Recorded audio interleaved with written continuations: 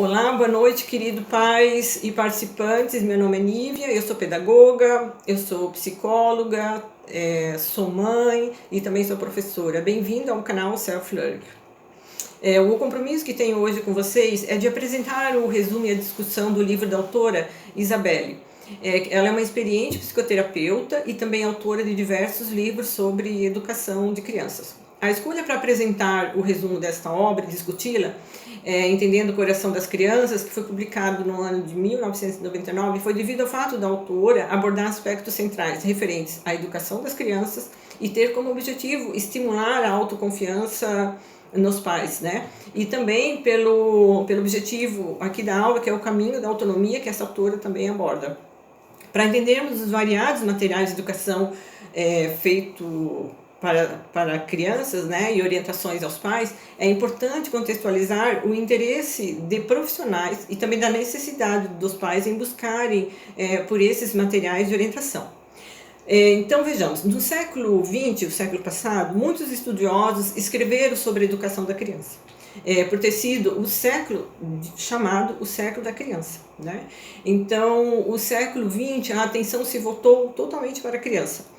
E nesse século XX, vejamos que isso se desenvolveu em 4 decênios.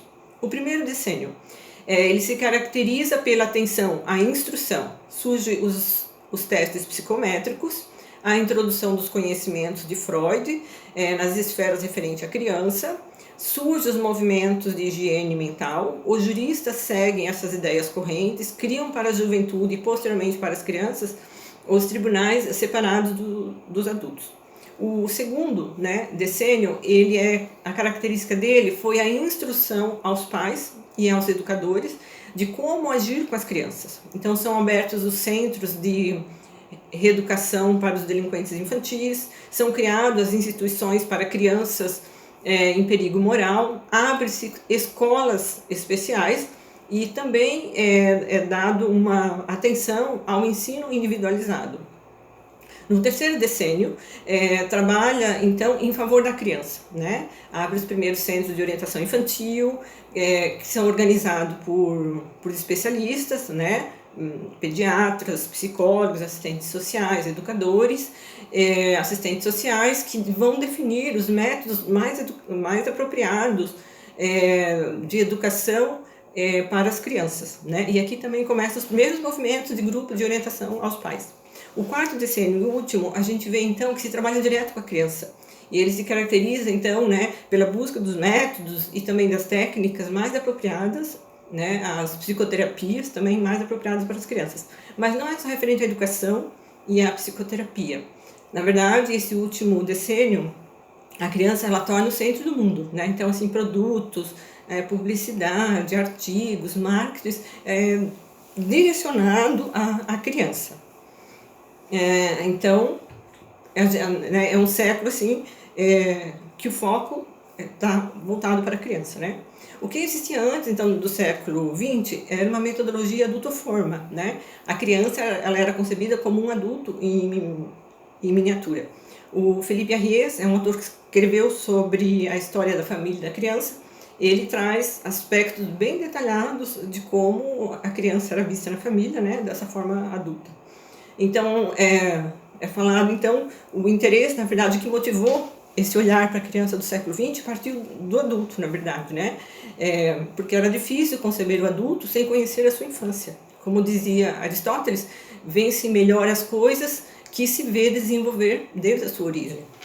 Então, essa família, né? Vamos supor assim, de antigamente, que a gente fala mais tradicional, ela era o núcleo da nossa consciência. Então as coisas não eram discutidas, elas não se havia dúvidas, né? Elas já eram estabelecidas. E objetivos eram também desses grupos familiares, também dos seus membros, eram mais individualizados, né? Então hoje, na atualidade, a gente vê, nós temos, por exemplo, a uniformização, né, das famílias e também das pessoas que compõem esse grupo.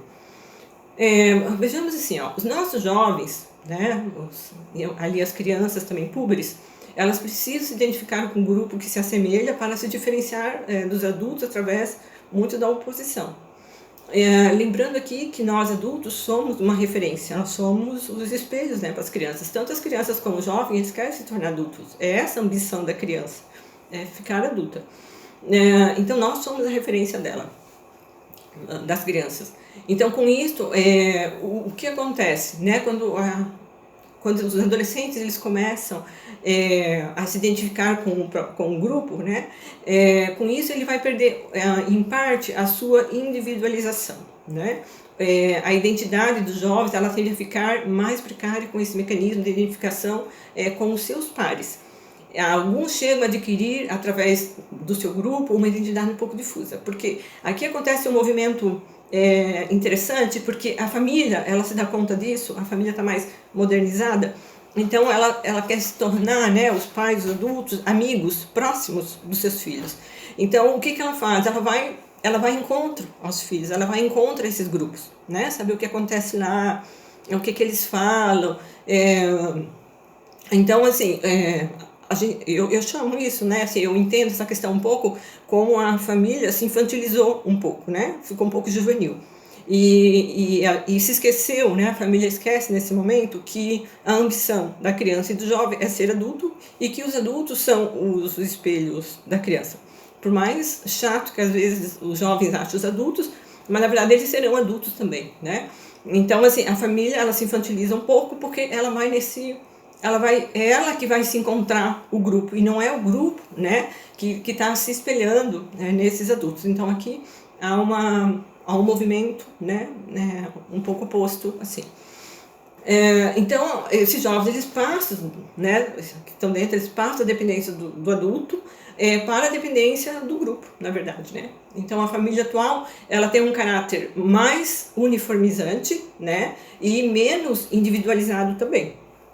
Tá? Então, assim, o século XX, né, no nosso século XXI, as famílias elas estão em um movimento de olhar para si mesmas, né, saber quem ela como é o grupo, né, que mudanças ocorrem, ela busca material, ela busca informações, porque ela está interessada na alta performance, né, como diz o Tiba no livro dele, né, nesse livro aqui, A Família de Alta Performance, a família ela começa a ver que ela é um grupo, né? E que todos os outros grupos têm as suas metas, seus valores, os seus objetivos. E a família nem sempre tem, né? Então existe o casal e só se torna família quando começa a entrar a criança, né? Ou as crianças na família. E então, assim, quando se constrói uma casa, por exemplo, se faz o projeto, né, da casa. Então, as famílias, elas estão olhando para isso, né? Elas querem também o seu projeto familiar. É isso que está acontecendo agora no século XXI. Porque se a gente vê o desenvolvimento da família ao longo dos séculos, a família ela sobreviveu a vários caos, a várias situações extremas. E ela se manteve firme e ela ainda, né, se mantém, né? Mesmo diante do caos que nós vivemos também no século XXI. Então, a família está interessada nesse projeto. Né? Ela quer estabelecer parâmetros. E que parâmetros são esses? Né? Que objetivos são esses? Por exemplo, é como saber lidar com as coisas do dia a dia, né? A mentira, a briga das crianças, como a criança aprende, relacionamento entre irmãos, as brigas, as confusões, como se lida com dinheiro, com todos esses aspectos. A família ela tem que ter um projeto, né? Ela tem que mapear. Então, na verdade, o desenvolvimento, né, familiar nos ciclos que a família passa. Então, a família ela é um ninho nutridor, né, dos filhos. Cabe a ela a construção desse ninho. Eu já falei no vídeo anterior que a família ela tem o direito, né, e o dever de construir esse ninho da forma que ela acha melhor, né, com os elementos que ela acha melhor. Embora, às vezes, esse ninho, né, já bateu uma tempestade, um vento, já derrubou um pouco, destruturou, voaram alguns passarinhos, mas enfim, sempre é tempo de reorganizar e organizar esse ninho, né? Tomar um projeto, mapear esses parâmetros, né? Os pais eles têm o direito e o dever de fazer isso.